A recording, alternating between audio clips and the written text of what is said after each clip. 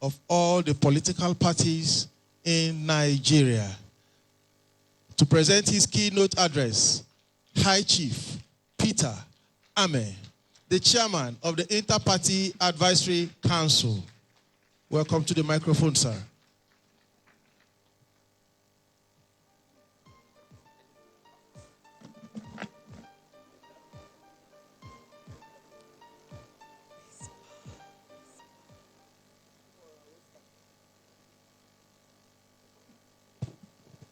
My file is bigger than the space provided, but I will manage it.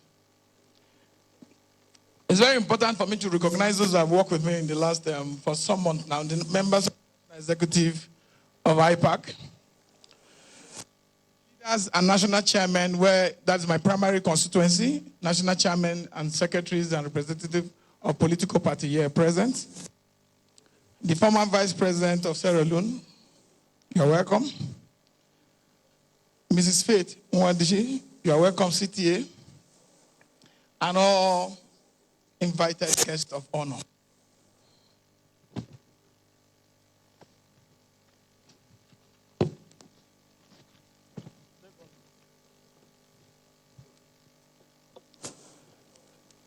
For the paper here, the focus is to look at other issues that are acting or meditating against the conduct of a free, fair, and credible election in Nigeria. Because our electoral system, as is already organized, has its loopholes.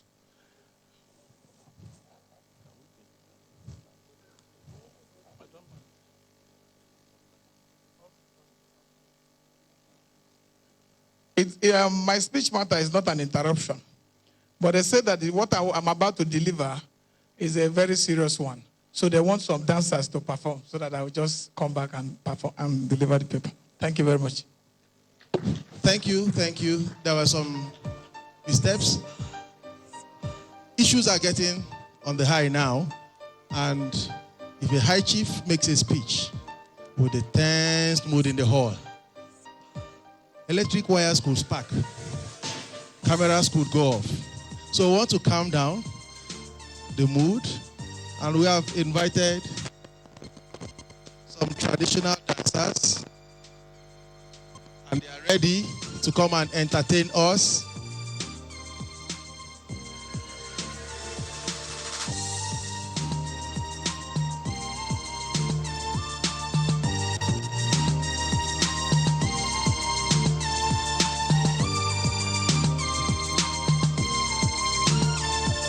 The dancers are from Afri Theater, and they are stepping on stage now. Thank you.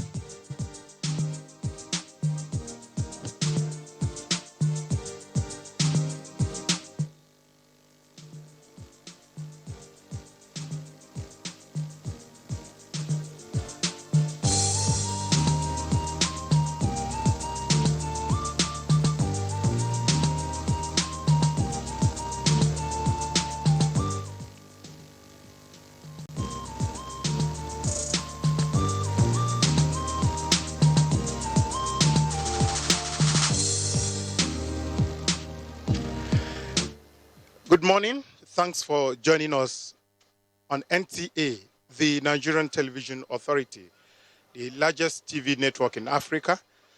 We are reaching you live from the International Conference Center, ICC, here in Abuja, the nation's capital city.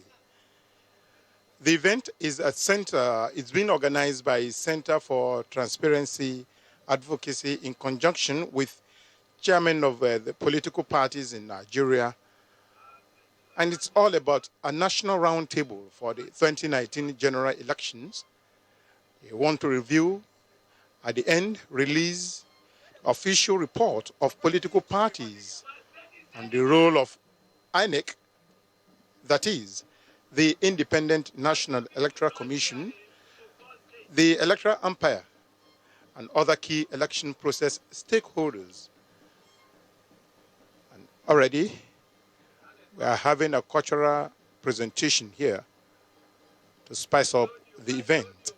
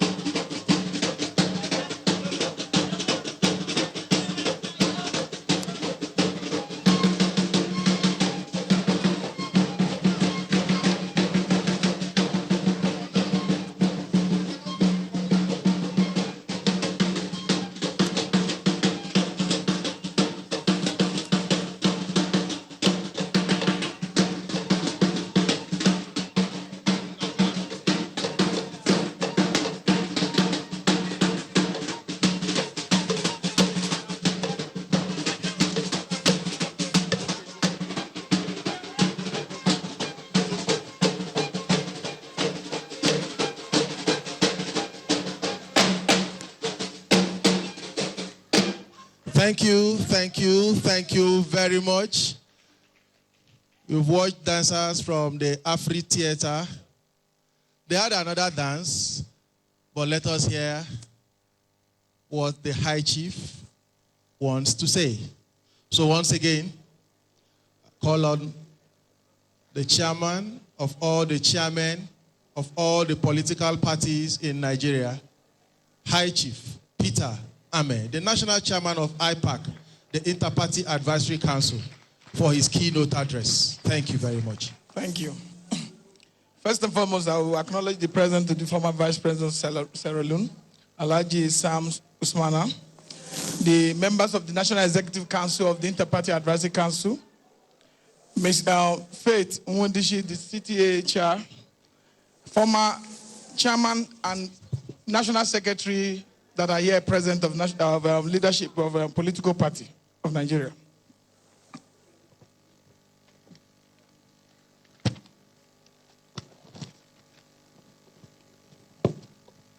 The importance of a credible election in a democratic system and the interplay of citizens' active participation. It is no longer news that the 2019 general election has come and gone, but not without the usual challenges that has characterized our electoral system over the years, which has brought some dark cloud over the conduct of the election as usual. We have started in earnest to x-ray the outcome of the election, and most Nigerians think that the entire systemic failure should be laid out at the doorsteps of the electoral management body. Yes, to some great extent.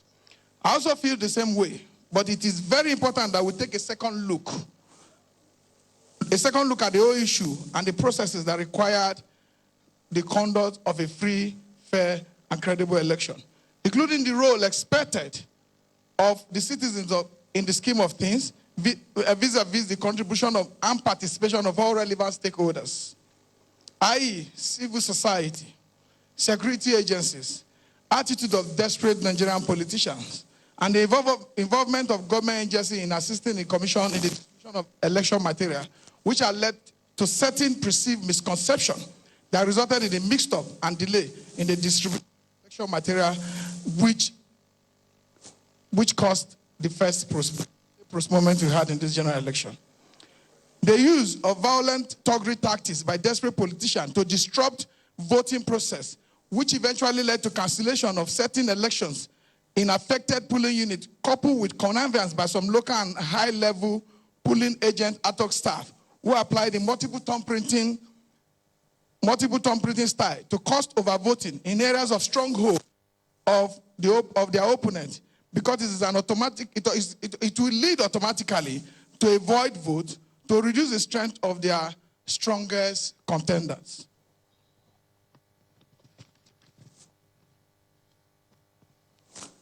I've had a first-hand experience on how the INEC headquarters work so hard to achieve a very credible process, but failed because of overriding power given to INEC returning officer, which certain element of politicians are capitalized on in shortchanging our already improving electoral system.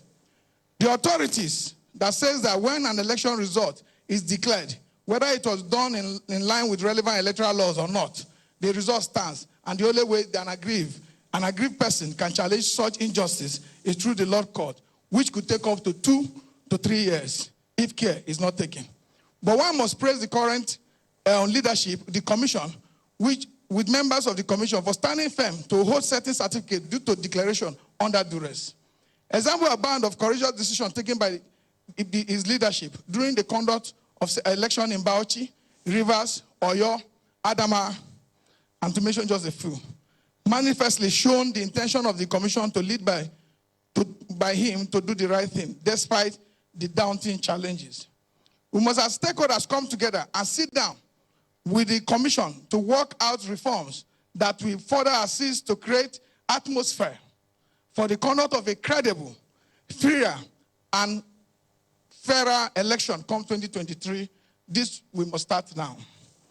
I really wish I can freely comment on, state my opinion on the presidential election, which I was an active participant, but I cannot because it's currently undergoing judicial process.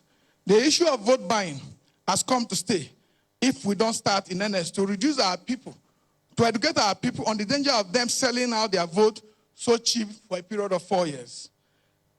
The system is, because one thing we must be able to educate them for is that what they are selling include good roads, include electricity, includes pipe-on water, includes infrastructure that will change their life.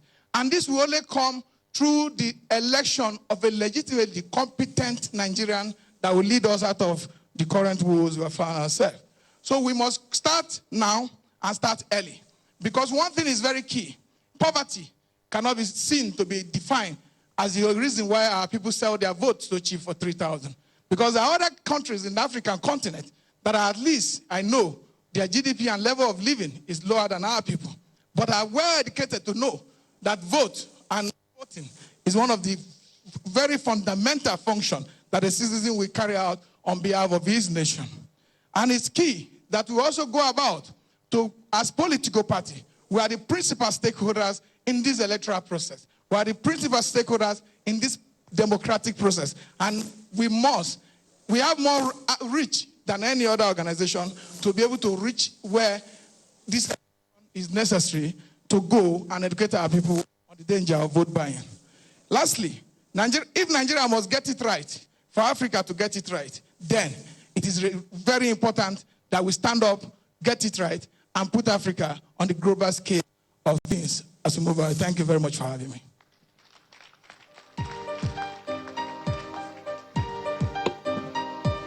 Thank you very much, the chairman of all the chairmen of all the political parties in Nigeria, High Chief Peter Ame.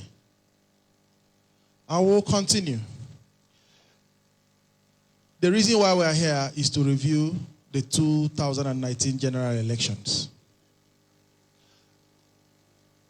And the next person that we're going to call, the truth is that he does not know that he will be asked to say what he wants to say now. So when he is called to come and speak, what he will say is not a prepared speech, but in 10 minutes, he will tell us his experience, that of his political party, and what he has heard his colleague chairmen say to him about the elections. And I have the singular honor to call to the microphone Alhaji A.A. Salam, the national chairman of Labour Party, to come and give his own report. What did Labour Party candidates say? What did party agents say? What did his constituents in his polling unit say? We'll hear from Alhaji A.A. Salam, the national chairman of Labour Party. Thank you very much, sir. Thank you very much, Mr. Chairman, distinguished ladies and gentlemen, for this wonderful opportunity. The IPAC chairman, who is our chairman, has actually and rightly said it all. The role of various stakeholders in the past election, to some extent, cannot be said to be wonderful. To greater extent, it could be said to the fact that we still have a long way to go. Firstly, the security men and women have not met up to expectations. The political parties have not met up to expectations, particularly some political parties who see election, who see win as a do or die exercise. I think in this country, it's high time we stop a situation that will derail the democratic institution and the democratic nature of our country. To INEC from the top tried, but some of the staff of INEC are terribly bad. They don't do so many things. They cancel names of people who have been properly submitted to INEC. I think that needs to be corrected. It's not very fundamental, but it is very, very crucial and very, very important. And the situation of winner takes all should be considered in this country. But by and large, I would say the election has come and gone, And we have a lot of things to learn. We have a lot of things to study from various reports that we have, especially from the observers, both foreign, international, and even political parties itself. I thank you. I want to not to take much of your time, but when we go further, we will enlarge on our position. Thank you very much.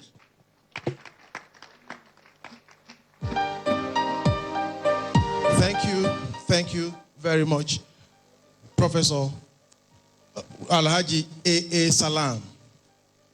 Thank you, the National Chairman of Labour Party.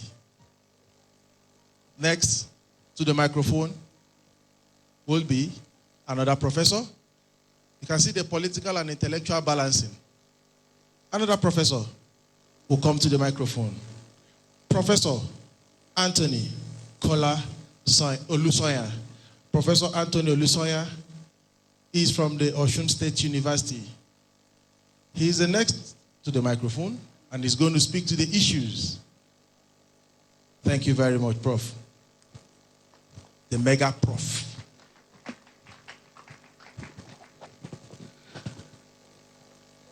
Good morning, everyone.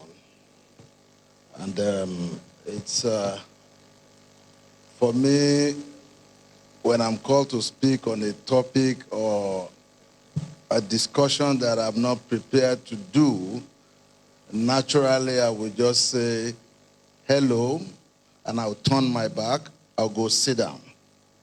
But because this crowd is more than 50, I won't do that. I normally do for crowds less than 50. Last week, Monday, the CTA gave me one assignment, which I did, which was to review the CTA report, that's Center for Transparency Advocacy, the report on the 2019 general election. And that was presented last week.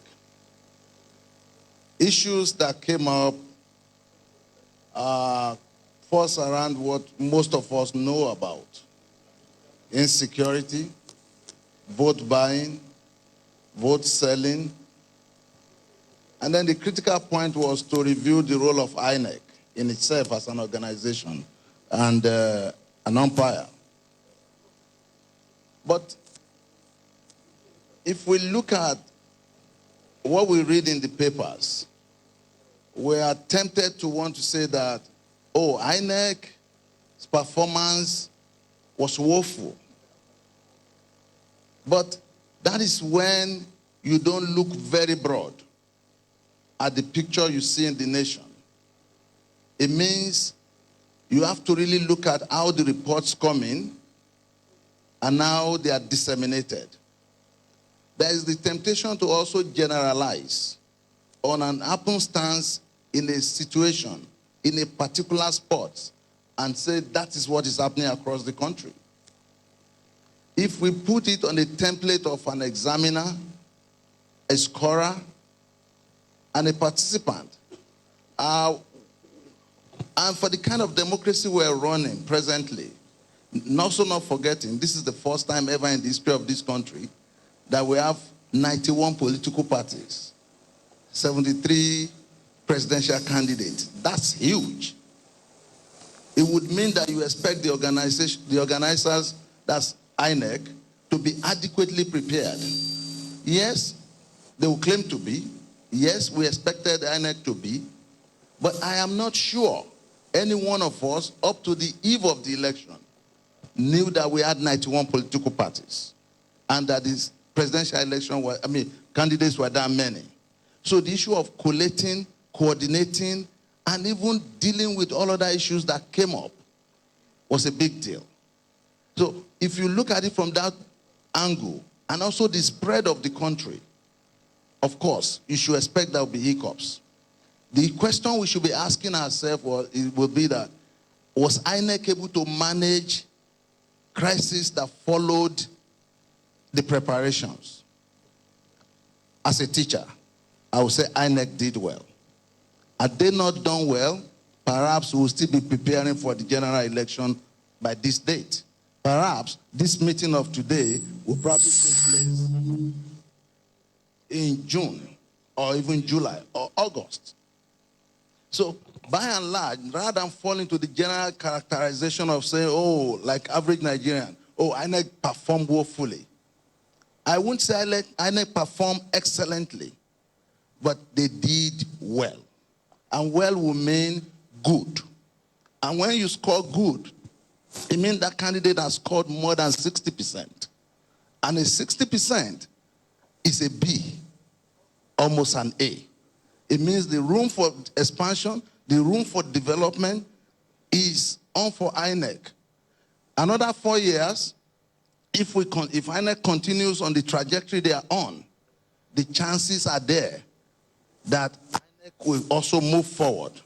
While also political party chairmen as practitioners and stakeholders also lend the support to INEC's effort, knowing fully well that without you, there is no INEC, there is no election.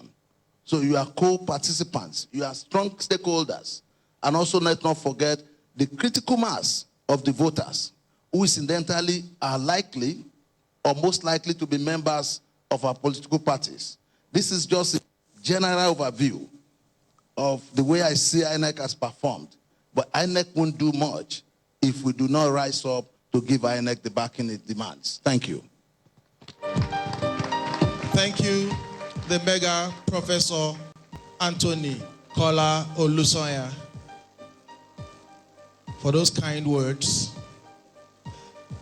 Still in the spirit of the balancing, the intellectual and political balancing we've been doing, now we want to fuse the intellectual and political into one.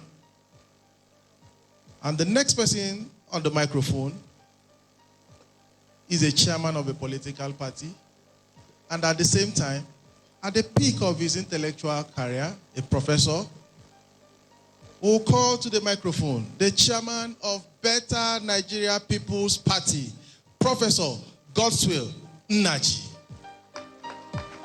Professor Godswill Nnaji will come onto the microphone and we'll hear him now. Thank you very much, sir. Yes, please.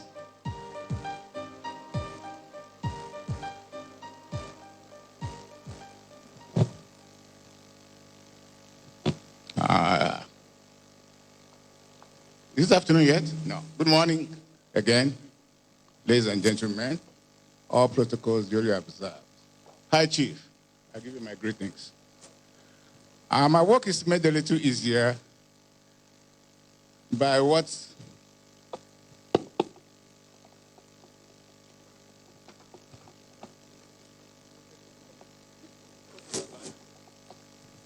like I said, my work made a little easier by what the earlier speakers have spoken or have said.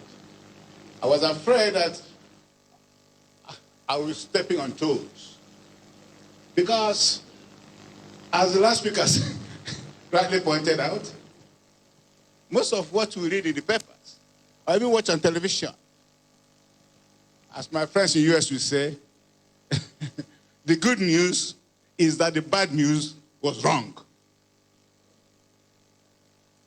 What am I trying to talk about? INEC. I want to ask my fellow chairman to join hands with me to congratulate the chairman of INEC. Because the Herculean task he did and the way he delivered in a very critical, turbulent election, as the fellow said, we would have been preparing for further elections up till now. But he's a man of hard work. Did he do 100%? No. But did he pass? Yes, resoundingly. I'm a professor. So let me tell you, first of all, we score by the rule of law. How willing or how able was he to obey the court judgments? All of you will agree that he felt no court order. Which means that elections, some people were disallowed to participate in some elections in their states, and INEC wasn't bashful about it, no matter the intimidation or the pressure. I'm talking about Rivers State, Zamfara. Imagine what it is for a major political party not to field major candidates in such places. And the election body that was appointed or constituted by this government or by the same party, that election body did not budge. I give me a lot of kudos for that. If you disagree with me, challenge me later. 2, it is, if you have been to Rivers State or I say or Bayelsa, I know, I understand, I'm using it, and you understand they're not violent prone, but the magnitude of the turbulence that could arise there. So when you ask a particular group not to have candidates, and then you go back to field elections, you can imagine the type of decision, the magnitude of, the weight of decision that the INEC chairman had to do.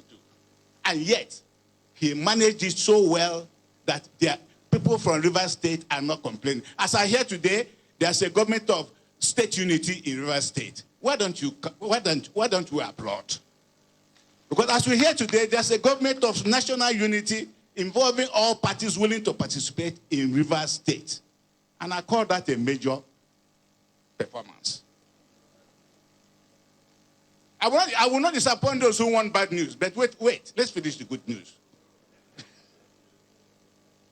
Think about it. Our IPAC chairman alerted us to the fact that heavyweights were lifted in Sokoto, in Bauchi, in Kano, in Plateau, in Adamawa, in the supplementary elections. It doesn't matter if you won or you lost, but the fact remains that that decision, those supplementary elections that were supposed to bring us to major crisis in this nation were doused, were handled well. And the results, it can go to court. I've always been said, if you had agreed, go to court. Because according to one book I read one time, it said, democracy by court order. Go to court, you get judgment, and we believe in our judiciary.